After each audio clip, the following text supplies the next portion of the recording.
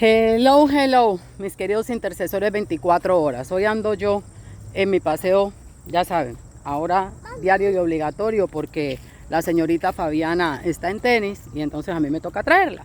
Y este es el parque con el que nos encontramos. A la otra ya va a meterse al agua porque, ay Dios santísimo.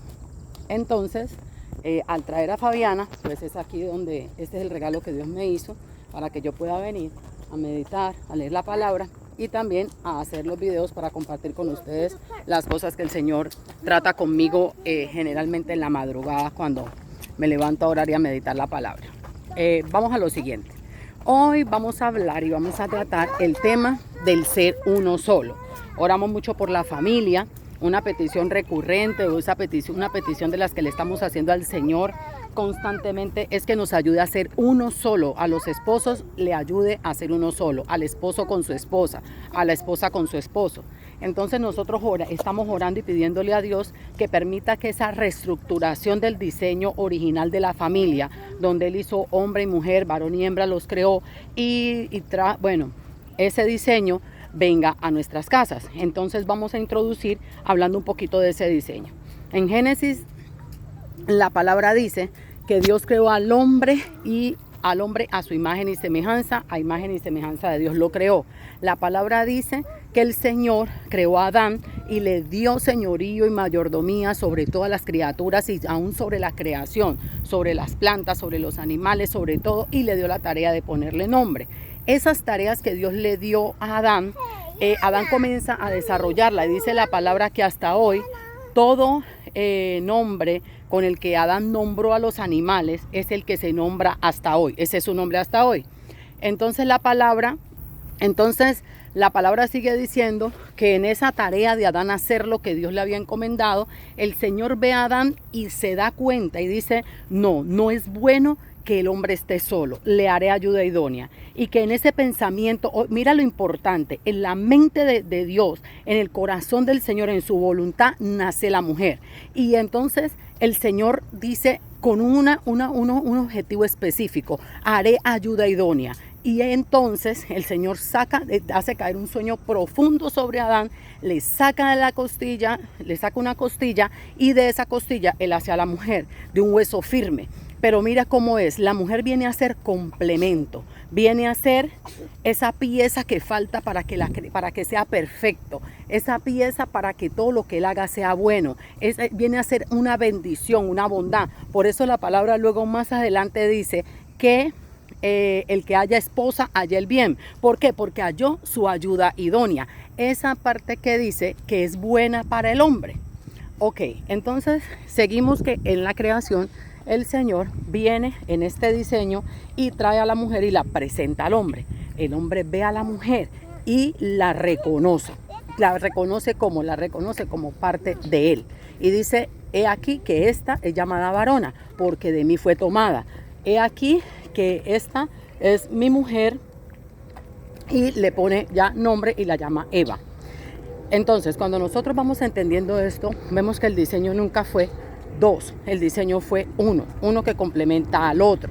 Al ser complementados, al ser uno solo, nosotros en el diseño de la familia, la estructura, la pareja, los esposos, la idea de Dios es que volvamos a ser o que seamos y manifestemos el poder de la unidad, el poder del uno, para que siendo el esposo y la esposa uno, puedan complementarse con Dios para llegar a ser uno también con Dios como lo era en el principio y como el Padre, el Hijo y el Espíritu Santo son uno, la pareja, este conjunto de esposos, vengan también a ser uno con Dios. Pero ¿cómo puedo yo llegar a ser uno con una persona que es totalmente distinta y ajena a mí? Con una persona con la que, como algunas sienten, que han sido estafadas en su buena fe y estafadas en lo que aceptaron y en lo que consintieron. Cuando te casaste con una persona o te metiste con una persona que tú entendiste que te ofreció esto y te pintó lo uno y te ofreció lo otro, pero cuando ya tú estás metida dentro del matrimonio, te das cuenta que esta persona no es ni parecida a lo que te mostró en un año, en 2 años, en unos meses, en el tiempo que estaban. Es más, el contrato matrimonial que tú firmaste con esta persona fue mentira desde el principio. Esta persona incluso te escondió un montón de cosas por las que él sabía o ella sabía que si tú las sabías, o entendían ellos que si tú las sabías, si tú las reconocías, no les ibas a aceptar, no ibas a firmar ese contrato matrimonial. Cuando tú llegas al matrimonio te das cuenta. Ejemplo, te mostró que era organizada y es un desastre. Te mostró que le gustaba cocinar, que le gustaba hacer esto, que le gustaba hacer lo otro, y tú justamente por eso te comprometiste. Por eso dijiste, ok, tenemos valores similares, somos cristianos, vamos a la iglesia, queremos criar a nuestros hijos de esta manera, de la otra, y de repente cuando ya tú te metes, ya cuando tú vas caminando, te das cuenta que esta persona, todo lo que tú hablaste con ella, de lo que habías soñado, de lo que habías planeado, de lo que habían acordado que iban a hacer juntos, era mentira. Ahora resulta que aparece mamá, aparece papá, aparece un montón de familias que te la ponen por delante y es más importante que tú. Y hay un montón de cosas y se va destruyendo lo que no se construyó nunca. Y tú dices, Dios, pero es que yo oro, yo ayuno, yo voy a la iglesia, yo estoy tratando de buscarte, de estar contigo, y esta persona absolutamente para nada contigo. Pero yo estoy orando y orando que el diseño original sea restablecido. Pero ¿qué se va a restablecer en una persona que no conoce a Dios, que no camina con Dios, que no tiene una relación con Dios y que no manifiesta sacerdocio por ninguna parte? ¿Qué voy a restablecer con una persona que fue educada bajo principios totalmente diferentes y con lo que yo me casé fue con un estafador, con una estafadora, con un engañador, con una engañadora como Jacob? Entonces comienzo a cuestionarme si es mi momento para irme o si es mi momento para quedarme. Entonces aquí es donde vamos a empezar a aterrizar y no a romantizar tanto las cosas, porque desafortunadamente ese romanticismo nada tiene que ver con el reino de los cielos. El reino de los cielos tiene principios inamovibles y principios que no se cambian por circunstancias, y el matrimonio sigue siendo matrimonio. Y pues el Señor tendrá misericordia de nosotras. ¿Por qué? Porque primero el Señor te da muchos dones, el Señor te da muchos talentos, el Espíritu Santo hace muchas cosas con nosotras que si las hubiéramos estado utilizando en el momento de escoger, en el momento de decidir, en el momento de nosotras o nosotros, o sea, el hombre o la mujer, de tomar la decisión y el paso, si hubiéramos estado realmente operando bajo el Espíritu y no bajo la carne, no hubiéramos cometido ese error y no hubiéramos sido estafados. Qué pena tener que decirlo, es duro, me golpea primero a mí, pero es así. Si tú hubieses estado, si al momento de nosotros escoger o aceptar a nuestro esposo o nuestra esposa, a la persona con la que hoy compartimos nuestra vida, si nosotros hubiéramos tenido en ese momento discernimiento de espíritu, si en ese momento nosotros nos hubiéramos puesto a buscar la voluntad de Dios y no hubiera habido en nosotros idolatría, seguramente hubiéramos escuchado la voz del Espíritu Santo diciendo, ese no es para ti, esa no es para ti, o no es el momento, espérate porque hay que prepararlo. Es Jacob, déjame cambiarlo a Israel. No te cases con Abraham, deja que yo trabaje y sea Abraham. Pero nosotros vamos ahí como nosotros queremos, como nos da la gana. Y luego estamos quejándonos y diciendo, como dijo Séfora, me eres marido de sangre. Ciertamente nosotros tenemos que empezar a entender y a saber y a tener claridad de que una vez que ya estamos en el pacto matrimonial, ese pacto no se compromete por la voluntad, ese pacto no se compromete por circunstancias, ni por la voluntad de hombre ni de mujer, ni por un comportamiento X o Y. Entonces vamos a ver otras cosas que están pasando.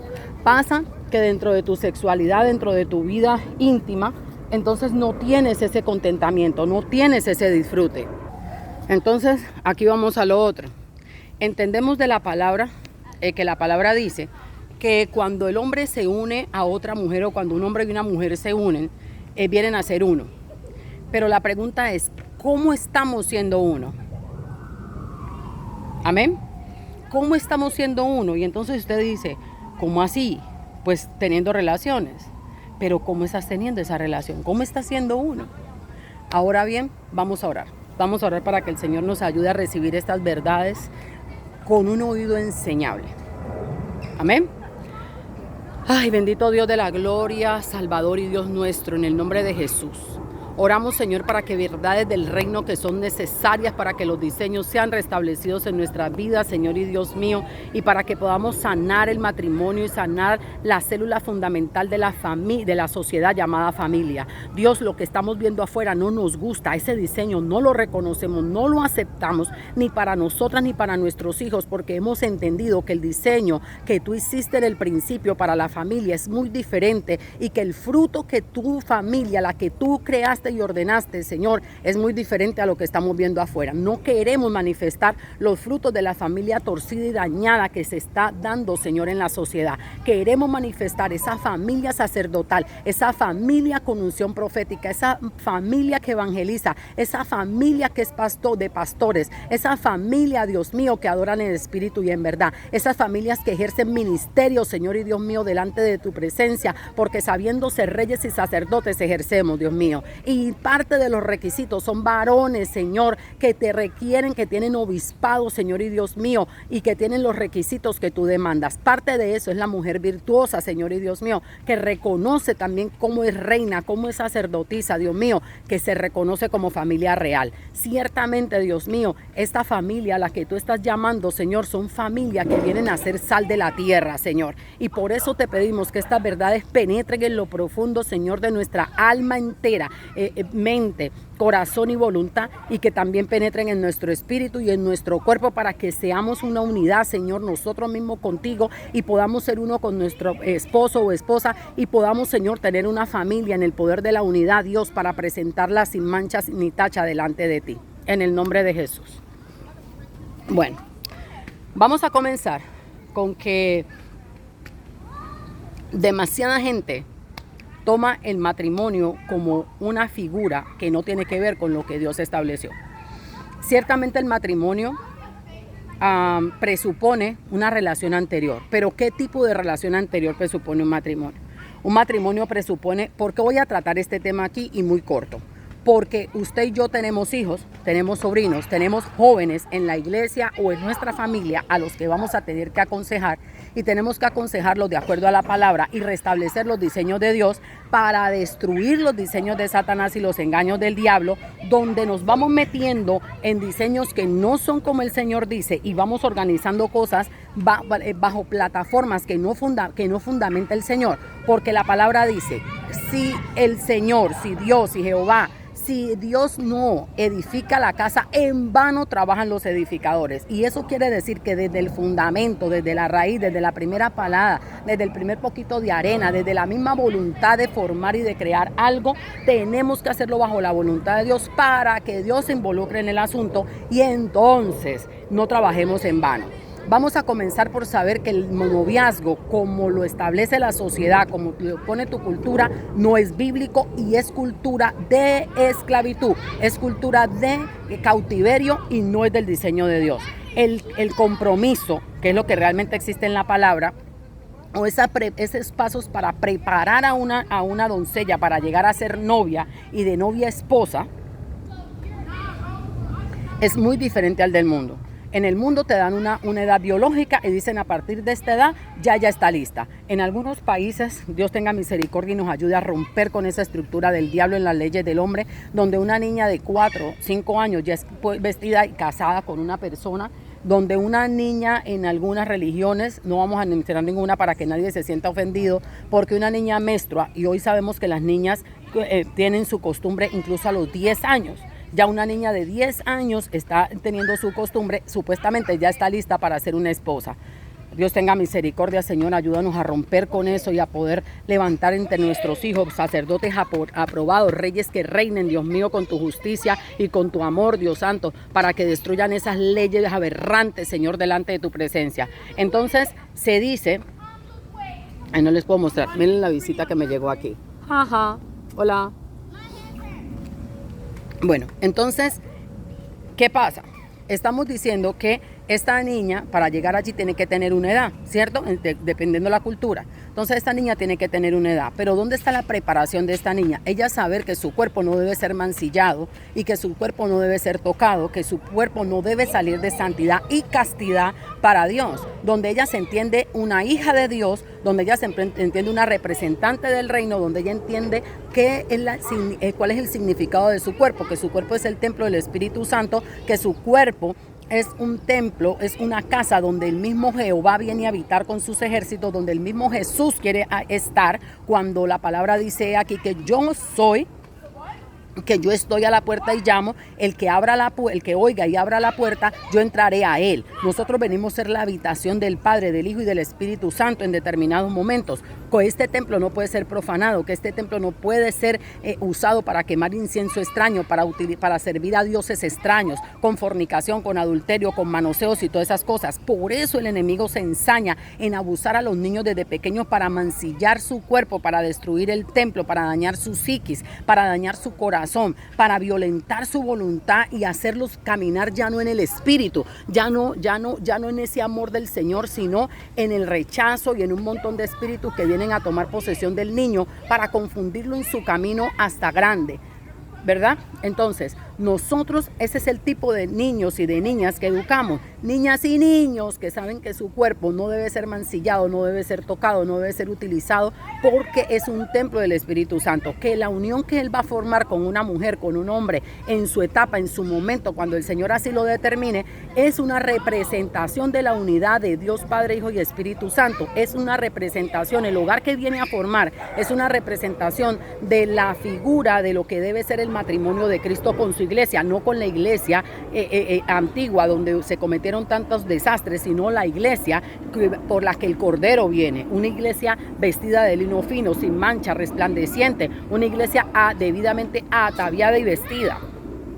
Entonces, cuando el niño entiende eso desde pequeño, él comienza a ayudar en el trabajo de cuidarse y de cuidar su sexualidad y de no exponerse a un montón de cosas que no le aprovechan, a no ver pornografía, a no dejar que se le toque, a no dejar que se le mancille, a no permitir determinadas cosas sin importar qué tan placenteras le podían presentar que es, porque este niño ha sido instruido y educado.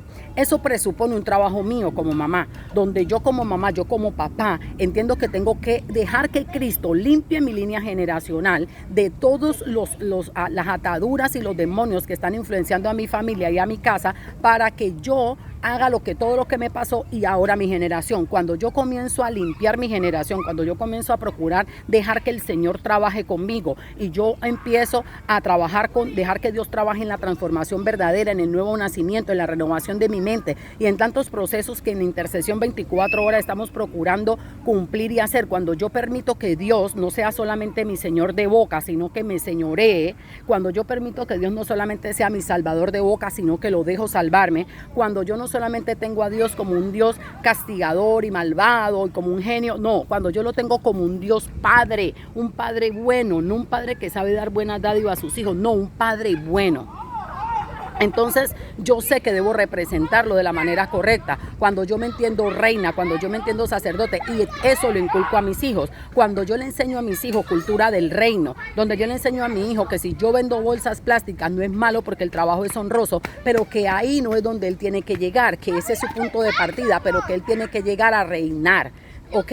Que él debe llegar a compartir la palabra, a tener sacerdocio, a ejercer los ministerios, que él debe ser lleno del Espíritu Santo, que tiene que establecer esa relación. Entonces es un muchacho que yo estoy preparando para llegar a ser un esposo, porque él en el hogar es la representación de Cristo y la mujer es la representación de la novia. Y entonces cuando ellos entienden eso, vienen a formar un hogar diferente. Pero también cuando yo llegué a Cristo, vengo a ser nueva criatura, las cosas viejas pasaron, debo procurar que el diseño que Dios estableció para mi vida en todas las áreas, incluida el matrimonio, sean restablecidas. Y debo saber que muchas costumbres que yo adopté y entendí como ciertas y hasta hoy sigo pensando como ciertas y sigo operando de esa manera, no son correctas y que yo las tengo que cambiar. 2. Sal de tu casa, de tu tierra y de tu parentela. Cuando una persona determina casarse, unirse a otro para ser uno, usted tiene que entender que le es necesario salir de su casa, es decir, de donde usted nació, de donde usted lo criaron, que usted tiene que sacar de su mente todo lo que le enseñaron, usted tiene que sacar todo lo que aprendió, usted tiene que sacar todo lo que vio y que no le aprovecha, y entender que usted viene a ser una nueva criatura en su casa de donde el Señor lo sacó. ¿Sabe para qué? Para que usted y su esposa hagan un hogar nuevo. Un hogar donde las falencias y los problemas que tuvieron su hogar de donde usted salió no tienen que afectar su casa para mal. Donde usted tiene que entender que usted ya salió de ahí. Entonces usted no tiene que estar anhelando un lugar de donde Dios lo sacó para no apreciar el lugar donde está. Que su esposa no cocina como su mamá. Pues no tiene que cocinar como su mamá porque su esposa no es su mamá. Pero usted tiene que encontrar la manera de hallar contentamiento en esa forma, o entre usted y ella, llegar a un momento donde la comida que ella hace, los nuevos menús que ustedes inventan juntos, que encuentran, sean placenteros y sean agradables. De la misma manera, en los niños, y usted y su esposa no tienen que estar educados como usted lo educaron ni como la educaron a ella. Ustedes dos tienen que encontrar un punto medio donde puedan educar a los niños de una manera que sea correspondiente. Usted no puede poner a nadie por encima ni en preferencia de su esposa ni de su hogar, porque su responsabilidad viene a ser su hogar. Honrar a padre y madre también tiene que ver con que su hogar funcione, con que su esposa esté contenta, con que sus hijos estén en sujeción, con que usted ejerza sacerdocio, con que sea una persona que en verdad es de utilidad y de provecho para la sociedad, con que usted sea una persona que puede ser testimonio. Ahora bien, pasamos a lo siguiente. Dice, sal de tu parentela, sal de tu tierra donde tú naciste. Tienen costumbres, tienen muchas cosas, pero hay muchísimas cosas que llegando a Cristo entendemos que están mal, y no tengo por qué forzar a otro a que adopte una cultura que a todas luces delante del Señor no está bien, o algunas que estando bien no son permitidas, no son lícitas. Un ejemplo, cuando tú te casas con una persona que aunque habla tu mismo idioma, tienen una connotación diferente para ciertas palabras. Tú tienes que aprender a respetar y a crear entre ustedes un idioma donde los dos se entiendan, y se entiendan no por lo que dicen, sino por lo que quieren decir. Ahora, estamos hablando del espíritu de la palabra. Estamos hablando que asimismo en absolutamente todas las cosas que el hombre y la mujer una vez casados quieren hacer, deben aprender a tener un idioma y una comunicación de uno. Me explico. Donde ese ser uno implica que hablan el mismo idioma. El mismo idioma implica una economía, no dos. Una billetera, Charlize, una billetera, no dos. Una billetera, no dos. Una economía, no dos. Donde los dos tienen un presupuesto, no hay ocultamiento. Llegar a ser uno, estamos hablando, mire que no nos perdamos. Estamos hablando de que el hombre y la mujer, la pareja, los esposos lleguen a ser uno.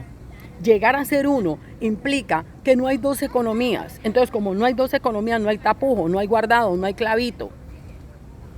Llegar a ser uno implica también que tu economía es una economía donde tú conoces los números de la tarjeta de tu esposo o de tu esposa. Tú conoces la economía, tú sabes cuánto se gana, qué día le pagan, cuánto le dan, si ganó extra. Tú lo sabes todo. Y tienen una economía común, donde tienen una libreta, un cuaderno, qué sé yo, y anotan y dicen, esto es para los servicios, esto es para el agua, esto es para la comida, este es el presupuesto para el jabón, esto es para la lavada, esto es para esto es para aquello. Y sabe, el uno y el otro saben en qué se gasta, qué se va en esto, que se va en lo otro. No un presupuesto donde usted sabe que lo que yo estoy dispuesto a invertir en esto es tanto, y si le alcanza o no le alcanza es su problema. Hogares donde usted escucha que el hombre llega y dice, por ejemplo, lo que yo voy a dar es esto.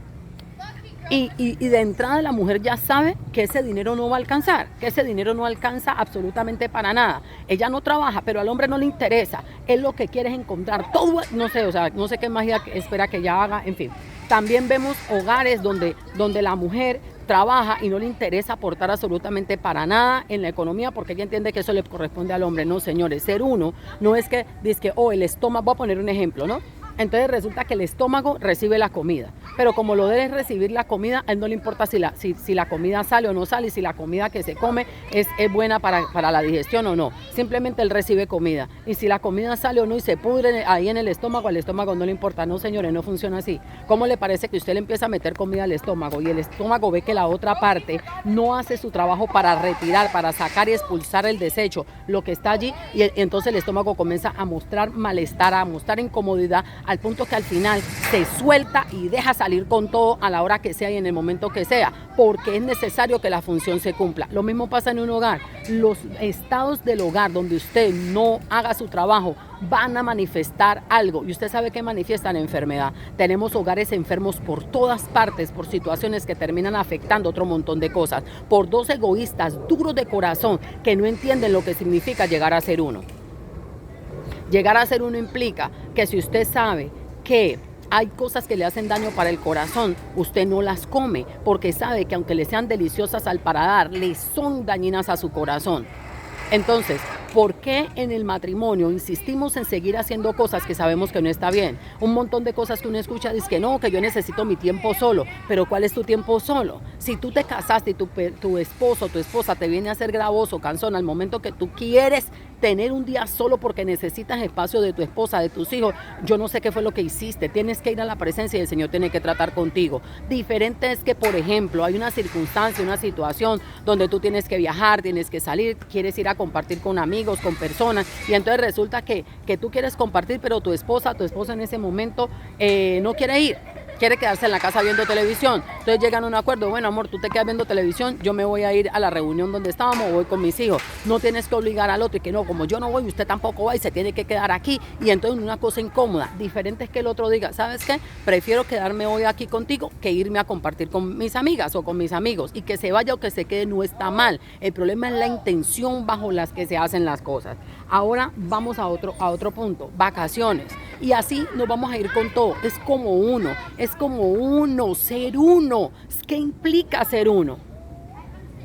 Yo no pongo por encima el bienestar de mi corazón al bienestar de mi hígado o de mi páncreas. Yo no pongo por encima el bienestar del meñique al dedo pulgar, porque mis dos dedos son importantes, todo lo necesito y lo considero importante. Y eso, mis hermanos, yo podría decir que es el preámbulo de un montón de cosas. Llegar a ser uno es más que pensar que uno es tener una relación sexual de cualquier manera. ¿Cómo estamos teniendo relaciones sexuales entre esposos? ¿Como nos dijeron que era el sexo? Haciendo carambolas y trayendo un montón de libros y un montón de carambolas y poses que nada tienen que ver con llegar a ser uno en la relación sexual del matrimonio dentro del diseño de Dios. Porque dentro del matrimonio, en el diseño de Dios, la relación sexual, quiero decirle que ninguna cosa se escapa del ojo de Jehová. Es omnipotente, omnisciente, omnipresente. Sin importar qué usted esté haciendo, ahí está el Señor. ¿Usted cree que cuando usted está pecando, Dios no está ahí? Desayúnese, despierte. Cuando usted está pensando en pecar, adivine quién está ahí, el Espíritu Santo, escuchando y viendo su pensamiento. Cuando usted está determinado a pecar y a hacer lo malo y ese sentimiento nació en el corazón, adivine quién está ahí así, escudriñando y viendo y diciendo, ¡cuánta maldad! ¿En serio? ¿Y lo vas a hacer? ¿Lo vas a dejar crecer allí? El Espíritu Santo, que escudriña lo profundo del corazón del hombre. ¿Sabe quién está ahí cuando su esencia se torció y se dañó y usted consintió como Caín, que estaba el mismo Jehová hablándole? Caín, ¿dónde está tu hermano? Caín, ¿por qué dejaste crecer ese pensamiento dentro de ti? ¿Sabe quién está ahí? El Espíritu Santo, viendo lo profundo del espíritu del hombre que mora en el hombre. Viendo tu carácter, viendo cómo te manifiestas, viendo con qué intención tú estás viendo a tu esposa, viendo cómo le escondes dinero a tu esposo, viendo cómo tú mientes y te mientes a ti, le mientes a tus hijos, le mientes a tu esposa, le mientes a tu mamá, le mientes a todo el mundo, donde tú no eres capaz de enfrentarte a ti mismo y decir, caramba, hice mal.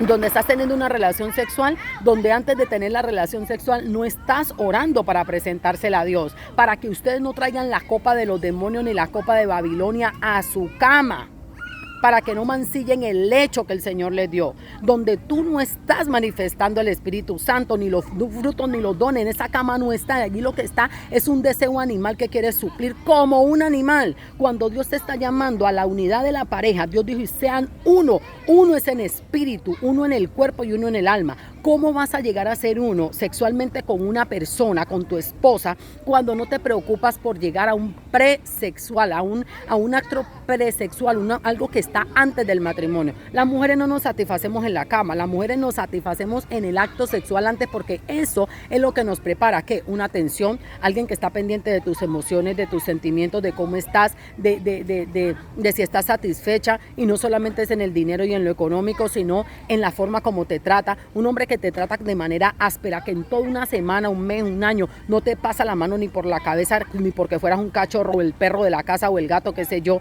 Una persona que no te da un cumplido, qué bonita estás, me gusta cómo se te ve ese pantalón, qué linda te ves. Definitivamente tú y que te condiciona, te da un amor condicionado. Ah, si tú haces esto, yo te amo. Si tú no haces esto, ¿y dónde está el amor de Dios que dice que cubre multitud de faltas? Entonces, una mujer que se dedica a demandar, a pedir, a pedir, a pedir, a pedir, a pedir, a pedir, y no se preocupa por las necesidades de su esposo, o que cuando va a tratar de suplir la necesidad de tu pareja, lo que recibes es rechazo. Entonces luego viene a la cama por un deseo del cuerpo, no la intención de ser uno con tu esposo y compenetrarte con esta persona, de manera que te comience a doler lo que le duele a ella, que tú sepas cuando está incómoda, que tú sepas cuando no es el momento. No así, no donde cuando ella te dice o él te dice, mira, en este momento en verdad no lo quiero. Suple su necesidad del alma, suple su necesidad del espíritu. Eres idónea, para eso te llamaron. Al hombre le mandaron a amar como Cristo a la iglesia, con un amor sacrificial. Pon a tu pareja por delante, de tu necesidad, de tus instintos. Y verás que hay muchas cosas que se practican dentro de la relación sexual que no son necesarias. Hay otras porque no estamos satisfaciendo el área sexual como Dios lo determinó, sino como nos enseñaron, lo que nos dijeron que tenía que ser. Que si la relación sexual, el coito, no dura una hora, no dura yo no sé cuánto, si no se hace en no sé cuántas cosas, y los son simplemente actos animales y sexuales. Tenemos que empezar a cambiar esa situación. El hombre tiene que comenzar a entender lo que realmente significa ser uno.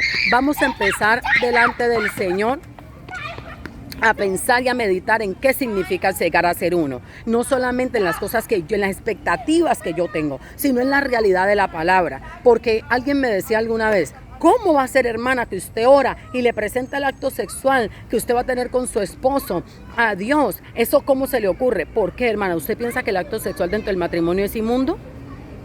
¿O usted cree que cuando usted está teniendo relaciones sexuales Dios voltea la cara? ¿O se quita de ahí? Ahí no está Dios. Mire, por eso voy a decirle algo hoy.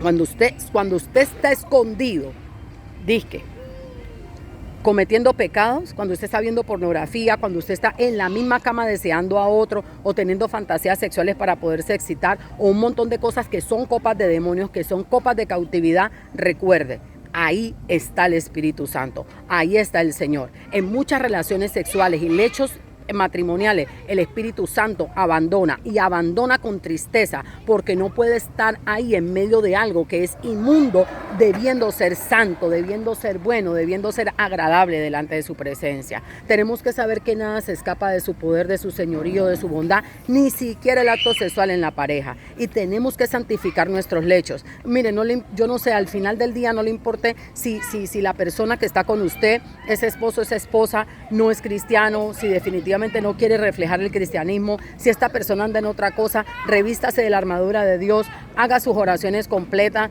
y procure llegar al lecho usted como tiene que ser, porque la palabra dice que quién sabe si por el testimonio de una mujer santa el hombre inconverso, la mujer inconversa, llegue a santificarse o llegue a convertirse delante del Señor. Y entonces vendrán a ser santos el lecho y esto y aquello. Dios va a tener misericordia como siempre ha tenido y nos ha mostrado a nosotros, y el Señor va a hacer todo lo que tiene que ser hecho para que nosotros lleguemos a ser uno. Vamos a seguir orando y el Señor seguirá mostrando. Charlie, ve al otro lado, mami. Y el Señor seguirá orando y el Señor seguirá mostrando cómo tenemos que seguir haciendo y cómo este ser uno tiene que llegar a ser hecho, porque realmente cómo pueden llegar a ser uno, un hombre y una mujer donde hay tinieblas, porque la luz y las tinieblas no tienen ninguna comunión, y el Señor tendrá que trabajar en su momento, cambiar naturalezas, cambiar estructura, levantar muros de ruinas asoladas en el nombre de Jesús. El Señor tendrá que traer la unción que puso en Nehemías para que nosotros mismos podamos restaurar los muros de nuestra casa, los muros en nuestros hogares, nuestro esposo, nuestros hijos. También Dios traerá la unción que había en Elías para que vuelva el corazón de los padres a los hijos, de los hijos a los padres, y vamos a empezar a orar por todas estas unciones y todas estas cosas para que el Señor destruya los diseños del diablo que se han prostrado, aquellas culturas, costumbres que nada tienen que ver con el reino, y que los hogares puedan realmente manifestar lo que es un lecho sin mancha y sin mancilla, y los hombres y las mujeres podamos volver a ser uno. Dios te bendiga, el Espíritu Santo nos ayude y que el Padre escuche nuestras oraciones en el nombre de Jesús.